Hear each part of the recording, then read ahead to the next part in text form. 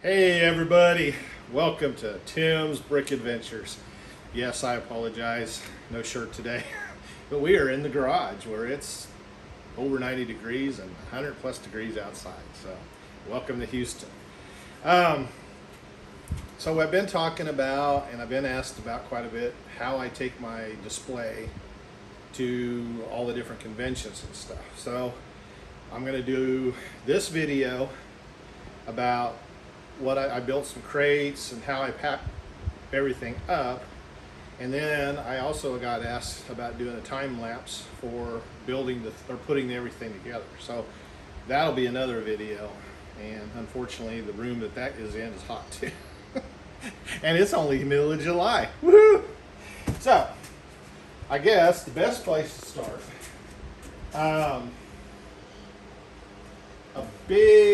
believe it or not, a big part of the display, as far as all the plates and stuff, fit in these two boxes.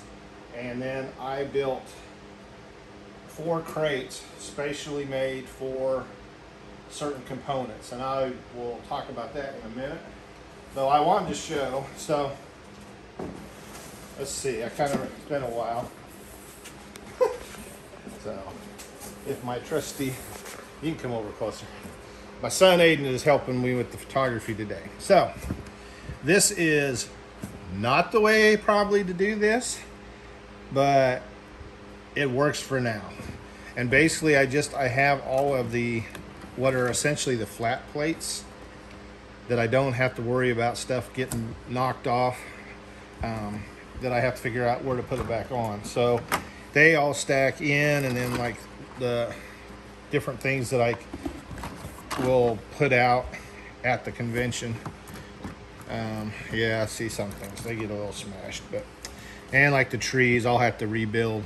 I'm planning to do some really major rebuilding on trees anyway. I keep learning more, but believe it or not, probably the bulk of the actual layout is in this block right here. And then there are the corners. In order to keep the track the way it was, so I didn't have to rebuild the curves every time, I found this box. Not only do I save a lot of Lego boxes, I end up saving every box that we get in the mail too, because you just never know. So if you'll come over here, and these actually aren't too bad. I've got, because I'm an artist and I have a lot of, I used to do my own mats and stuff. I've got a ton of mat board, and it works great for support and to do layers on top. So to hold the corners together, I got mat board for each one, and it helps a lot because I can literally lift it out and keep everything together real nice. And I think 3 of the 4 corners are in here, because the one corner is the giant mountain.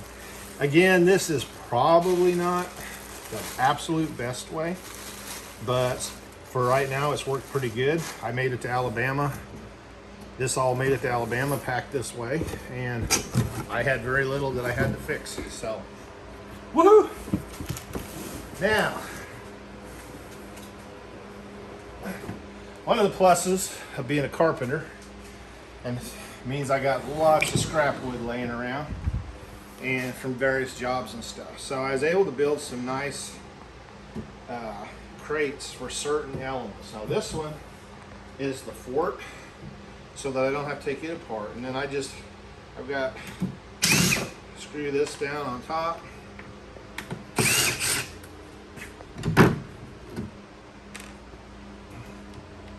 And I'm not gonna open them all, because y'all have seen the display, see pretty well, and you'll see it all built, and it's hot. You can see sweat pouring down right now. So this will be maybe a short video. But the nice thing about the crate is I can literally, now I can just take the fort, set it in place. I don't have to really do much as far as putting my figures in and all that. I can change things up, but you know, it's ready to go. So that's probably one of the best things. And eventually I want to not only do the, I mean, I've kind of run the gambit with the Lego conventions as far as my Western build. There's Brick World, some way, somehow, it's going to end up at Brick World, at least once. And I want to take, if there's a Brick Universe close enough in this year, I don't know. They haven't released the schedule, the full schedule, or into 2023. So hopefully it will go back. It's been to, in a earlier version, it was at Brick Universe. So then the last three, and like I said, I'm not gonna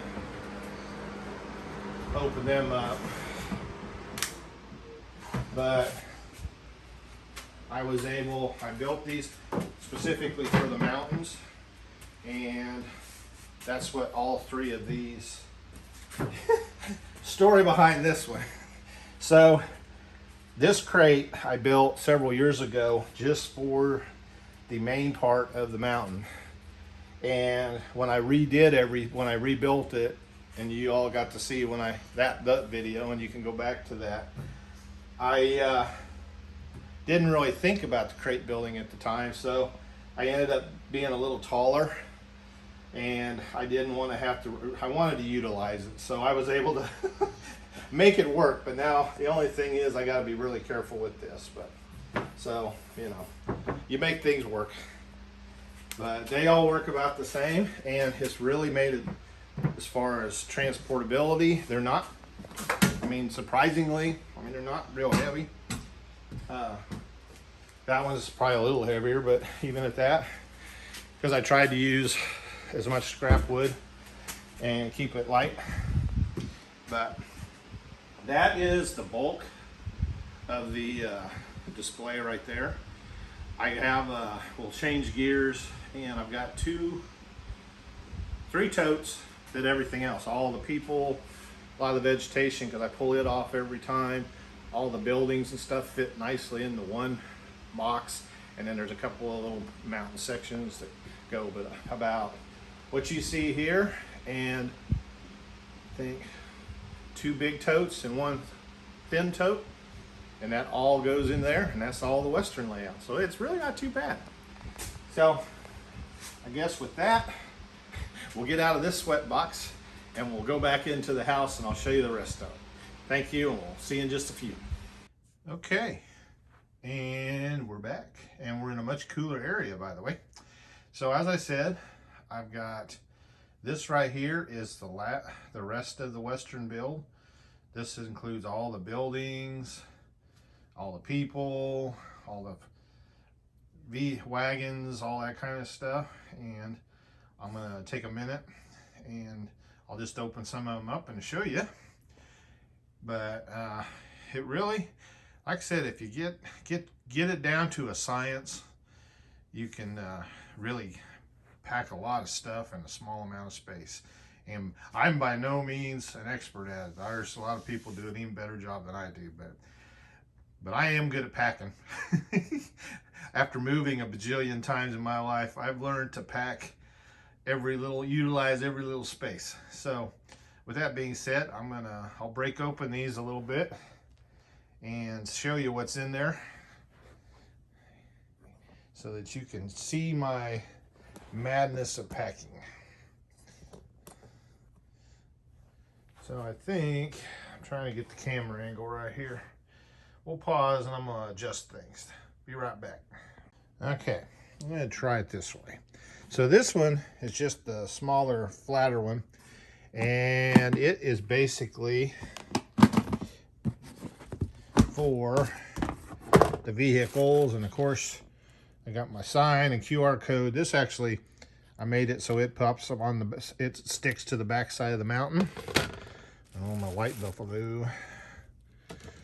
And all the other buffalo. And as you can see, just the train and all the wagons kind of nicely positioned inside, down in here. I'm able to, with them, I can kind of keep the drivers in them and everything. So I just basically pull them out and put them up. There's probably something I've been looking for. And I love bubble wrap, so I always, every little piece of bubble wrap I try to save. So that's that box. And then this one is probably one of the most important ones, as it is all the buildings and a few more plates and a bag of animals that's all my cows. Takes a lot of cows in the Wild West, so I'm not going to pull them all out, but I've kind of got them down like a big jigsaw puzzle, and all the buildings, and then some of the base plates that require just a little bit more love go in here.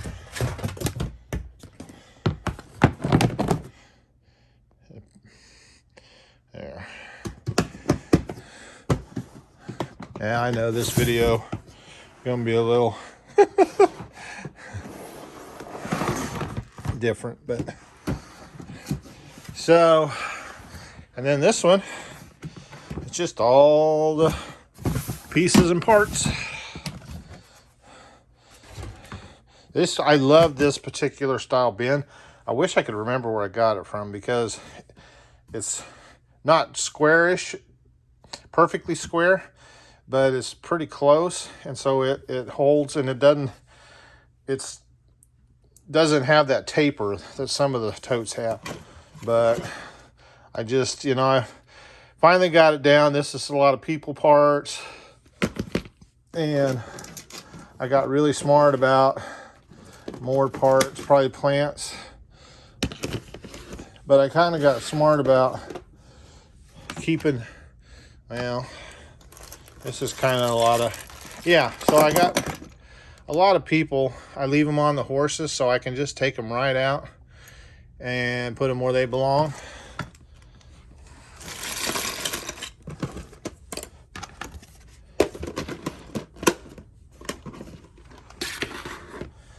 Of course, you always got to have just your accessories bin. Never know what you're going to need or think of.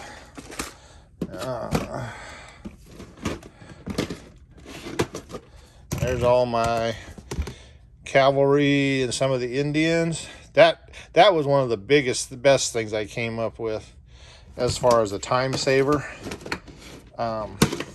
Instead of trying to dig all the people out and put new weapons and different things in their hands. This is the box. Oops. This is the box. Has all my custom, and I have to label all the bags so I remember who's who. I mean, a lot of them are pretty self-explanatory, but I've got so many custom Wild West people anymore that it's hard to keep track of. I am going to do a special Looney Tune video where I turn them all to the Western figures. I did a photo thing and did it on Facebook, but I didn't realize I hadn't done a little video. So if you saw my Muppet one here recently, this one should have been done a year ago, because these guys came out not long before Brick Rodeo. And then, of course, just all people. And then little bins. I try to break stuff down. That's just extra parts like that. There's the telegraph wire, different rails and stuff for the railroad. I don't know, this is just more plate. My cactus all go together in a couple of those. So, I mean, I've been doing this now, especially with the West. It has grown 3 times, 4 times. So I'm getting better and better with utilizing space and making it easier to find stuff, especially at the shows and stuff. It gets where, you don't want to spend all your time setting up, so you want to be able to visit and see all your friends and stuff. So the faster you can get set up and have it like you want it, the better it is. And these totes have this nice lip here, and they just fit right inside each other. So these two go together nicely. So that actually completes how I store the Western build. So I'm gonna turn around and wrap this up. Okay, so that wraps up another fun-filled video. I'm gonna start experimenting with different places in the room, make it look better, look more like the YouTuber Lego people you expect. lots of your builds behind you, all that. That, by the way, is what got me into Lego. I really didn't have a dark age, because when I was a kid in the 60s and 70s, it was just the basic bricks. I think we had a train set, and I still have some of the parts. I don't know if I have the whole set or not anymore. I may try and piece that back together and do a video on that, because I think it came out in the late 60s. It was not a motor trainer, it was just basic brick, all that. So we just had them, and that's all I really knew about Lego until 2010. My mother-in-law got me and my son each a set, and that house was the set she got me. And so it's been together ever since then, and that's what started this wonderful journey for me. So anyway, as always, look for bigger, better things. I've got a lot of great stuff I want to try in the coming months. The next couple of videos, depending on how the heat goes, try and do a time lapse of me setting up the Western build, because then once I get it back up again, I do have a bunch of stuff that I want to do with it. I think I've talked about this, and there's a couple people that I'm dedicating it to. I want to have Chima Wild West. I'm going to take as many of the Chima figures as I want. I've got them all, and I've got a lot of dupes because I just love them. So I'm going to try and cowboy up Chima and utilize my display and take some really good pictures, and maybe make a few videos just for that. So if you're not a Chima lover, I'm sorry. Maybe this will make you a Chima lover. I mean, honestly, they're animals. They're critters. I mean, what's not to love? You can make space Chima, you know? Anyway, I appreciate y'all very much. And as always, like, share, subscribe. If you're one of my usual peeps, love you. Can't thank you enough for all the comments and good support. So I hope this video today kind of gave you some ideas on how to transport and pack up and all that good stuff. Now, I will say on those crates, they weren't very much at all. The sides that are made out of that kind of masonite backboard, I think it's like $15 for a whole sheet. I mean, a 4x8 sheet. So you can get a lot of size out of that.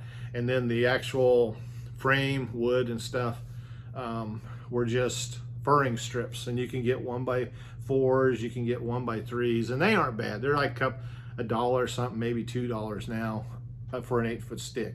Now you do got to do a little digging to get some that aren't all tore up, but so not very expensive at all to get the materials. And I spent a day putting those together, all 4 of them. So and they're great, they're sturdy, they hold up. I mean, the only other thing I would suggest maybe is on the base, getting a 1/4-inch plywood. And now that these days that can run you some money, but you won't need very much of that. So or double up the masonite stuff. So not a bad deal there, and not any major carpentry skills. I mean, it's nice where I got a little shop to do it in. You got the hat, and if you got a chop saw, or maybe everybody seems to know, or go buy one.